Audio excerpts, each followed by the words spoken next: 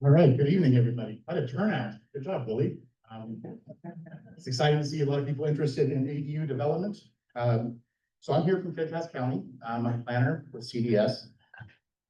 Basically, one thing you will find when you're looking to build ADUs these days is there's been state legislation that's caused a lot of similarities between different jurisdictions. One of the things that can be a little complicated are urban growth areas. So I'm going to stress some of the folks on that a little bit here so that you guys understand the distinction.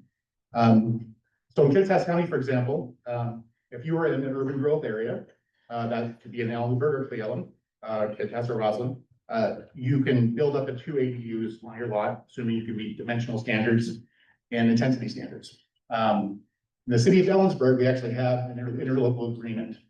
So we defer to the intensity and dimensional standards of the city of Ellensburg if you're in the urban growth area of the city of Ellensburg. Feel free to talk to any of our planners if you want to find out if you are in the urban growth area, if you're unsure. We will also have a table back there in the far left, right next to the door. Myself and Bradley are here to speak to you if you have questions about that. So within that Ellensburg urban growth area, you're going to be deferring primarily to those city of Ellensburg standards. Outside of that, the unincorporated area, you build up to 1 ADU per lot, assuming you can meet setbacks.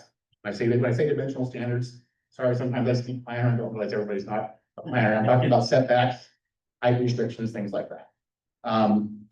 You also, especially when you're in the unincorporated area or UGAs and you're on a septic system and a well, you want to make sure that you can meet the setbacks from those systems as well. So that can you can determine those things by talking with Kittitas County Public Health, and Kittitas County Public Works actually manages the water distribution. So if you're going to be adding to your current water system, there's a permitting process through Public Works to do that. So largely, we are actually in the process of county of updating our regulations, our ADU regulations, to be compliant with House Bill 1337, which basically means that the standards that we have on our handout back there are going to largely remain the same, but there could be a couple changes. So if you're planning on building an ADU in the unincorporated areas or within an urban growth area, please come talk to us. I can explain to you what those changes will potentially be. But again, these won't be adopted until October, so we're trying to prepare for the course here. And other than that, it gets kind of specific when it comes to property specific when it comes to ADU development. So I just encourage you to come back and speak with us. We can help guide you, anybody who's in any one of those areas that's interested in building an ADU. That's all I have.